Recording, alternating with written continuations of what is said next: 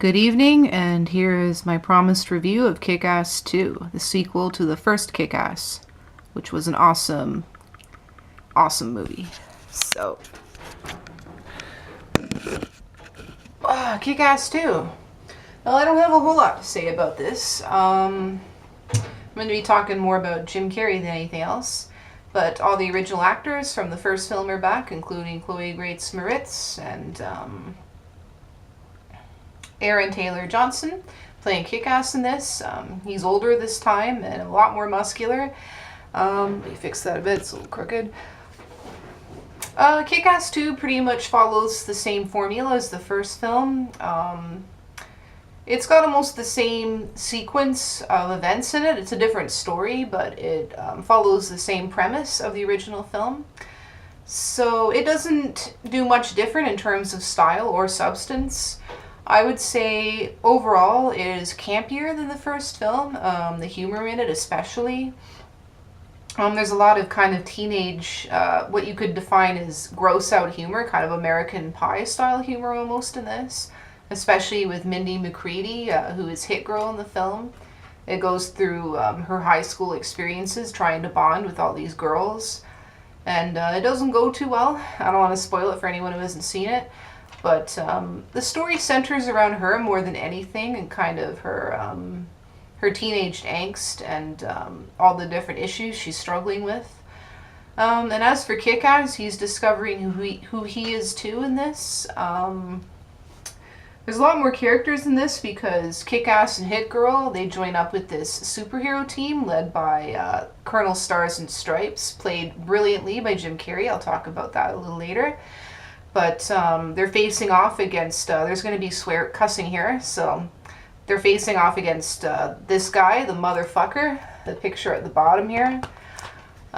He's the character from the first film, the son of Frank D'Amico. Of course, he was Red Mist in the first film, and now he's the motherfucker in this one. So he's a pretty funny, kind of ridiculous, and very cheesy villain in many ways, but he also is actually pretty scary in this. Even though he dresses in this ridiculous, exaggerated costume, and there is kind of a dark humor surrounding him, he's also, he really means business in this. Like, he is capable of doing absolutely anything, and, he's completely ruthless in this. I don't want to say some of the things he does, but they're pretty brutal. And he goes after Kick-Ass and the superhero team, and all hell breaks loose, basically. So, like I said, it's filmed in a very similar style to the first film. It's not really any different there. A lot of people gave this sequel bad reviews. I think it's because they were expecting something more, I guess. But the thing is that the first film was really the breakthrough in this series. And, no one had ever seen anything like it. And, especially, Hit Girl, this little girl, like, kicking ass and taking all these bad guys in the most brutal ways. And she has, like, almost inhuman reflexes and can fight in every kind of style and use every kind of weapon known to man. So, it was kind of the first time anyone had ever seen anything like that in a film. So I think they were expecting this to somehow go beyond that, but really, how can it? I mean, it's the same characters, they're just a little older. So I think it's a very good sequel for what it is. Perhaps not quite as good as the original. There's not, Hit Girl doesn't use guns so much in this one. She's fighting more with, like, nunchucks and other weapons. So you don't see a whole lot of gunplay in this. But there is lots of hand-to-hand combat in this. There's lots of really interesting ways that the villains are taking... There's one scene where the villains are taking out all these cops.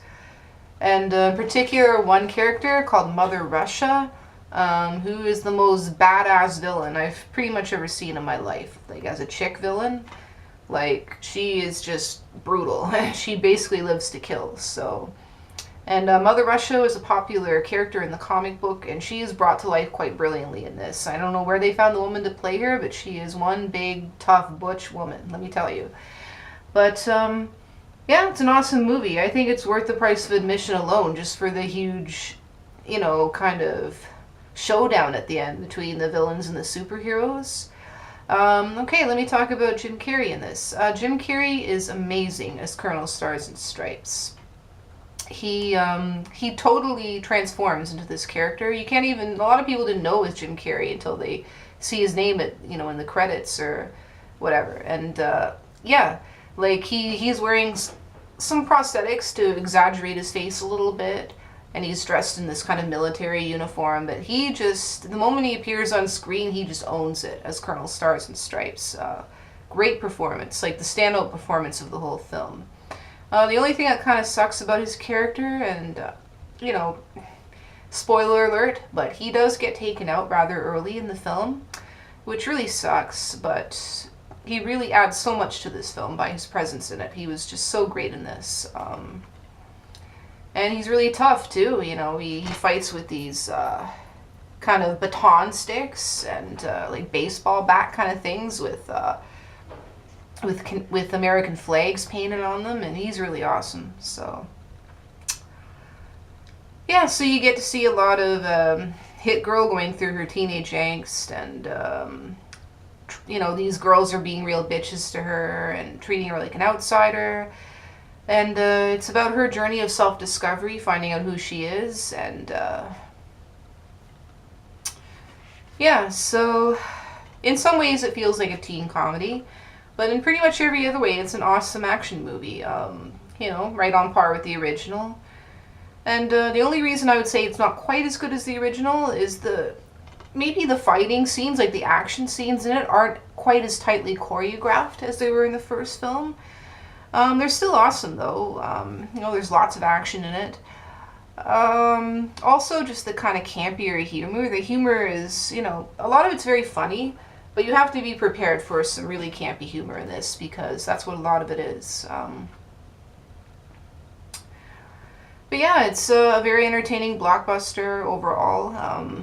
I think, it's a very, very good sequel and a lot of fun. So, there's not a whole lot to say about this. It's not a very deep movie, it's just a really fun movie. And the only depth really is just the journey that Hit Girl goes through in it. And, well, so does, Kick-Ass. He goes through a tragedy in this, too. I'm not going to give it away if you haven't seen it. But, I was a fan of the original film. I think it's great, and I love this film, too. It stays true to the comic book. But it leaves out a few things in the comic book, but it covers all the really important, big events that happen in the comic. So it's a really great movie, and I think I'm going to end this review now because there's really not much more I can say about it. So yeah, I highly recommend it. Kick ass too. And it does kick ass. It's awesome. So have a good night, everyone. Get drunk, get stoned, and party. Good night.